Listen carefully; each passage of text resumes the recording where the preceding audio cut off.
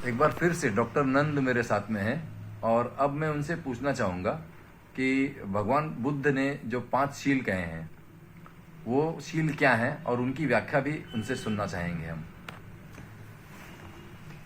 नमो बुद्धाय। सभी दर्शकों को नमो बुद्धाय।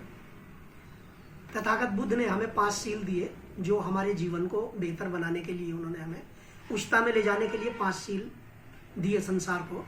पहला शील था उनका पाणातिपाता वेरमणि शिक्षा पदं समाधियामि, यानी कि मैं प्राणी मात्र पर दया रखूंगा और जीव हिंसा नहीं करूंगा। यानी कि पूरी तरह से उन्होंने जो है मांसाहार को मना किया है कि मांसाहार नहीं करना चाहिए, क्योंकि प्राणी मात्र पर दया रखूंगा और जीव हिंसा नहीं करूंगा, तभी आपका पहला शील ये बनता है।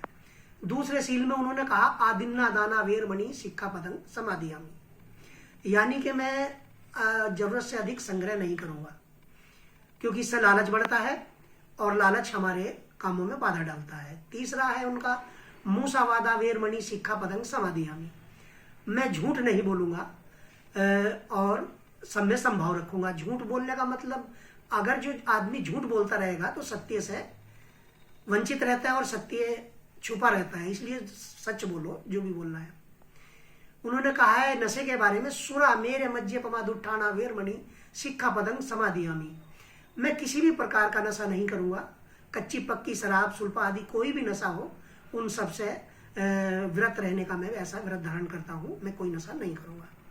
फिर उन्होंने 5वें शील में कहा है कामेषु मिच्छाचारा वेरमणि शिक्षा पदं समाधियामि, मैं व्याभिचार नहीं करूंगा। व्याभिचार यानी कि किसी भी परिस्त्री के साथ मैं जो हूँ अनाचार नहीं करूंगा, केवल अपनी पत्नी तक ही सीमित रहूंगा। ये 5 शील तथागत बुद्ध ने इस संसार को दिए और इन 5 शीलों को धारण करने वाला व्यक्ति उच्चता को प्राप्त हो जाता है और आनंद को प्राप्त हो जाता है और वो बुद्ध के मार्ग पर, बुद्ध के नजदीक पहुंच जाता है।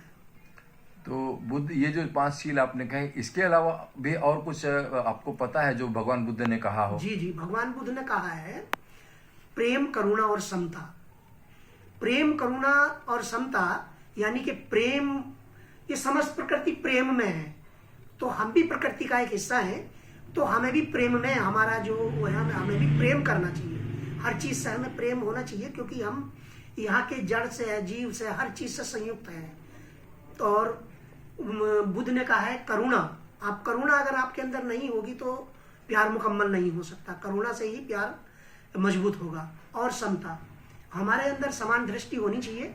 समान दृष्टि ऐसा नहीं है कि पक्षपाती दृष्टि नहीं होनी चाहिए, ऐसी दृष्टि के बारे में भी बद तथागत बुद्ध ने हमें जो है ये अनमोल रतन हमें दिए उन्होंने।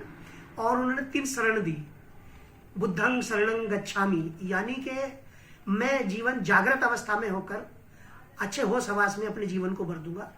और धम्मं शरणं गच्छामि, और जब मैं जागूंगा और जागकर मैं जिस पथ पर चलूंगा तो वो धम्म का मार्ग हुआ, तो उसको धम्म मार्ग उन्होंने कहा है। और संघम शरणं गच्छामि, यानी कि अपनी चेतनाओं को जो इधर उधर उनको समेट कर मैं संघ की शरण में जाता हूं। ऐसे उन्होंने हमें जो है अनमोल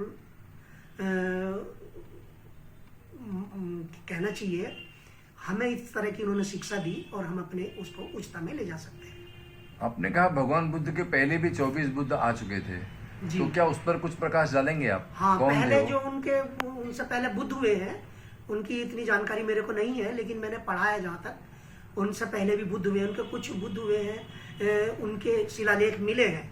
बुरहुत में जो है वहां भी इनके शिलालेख मिले हैं।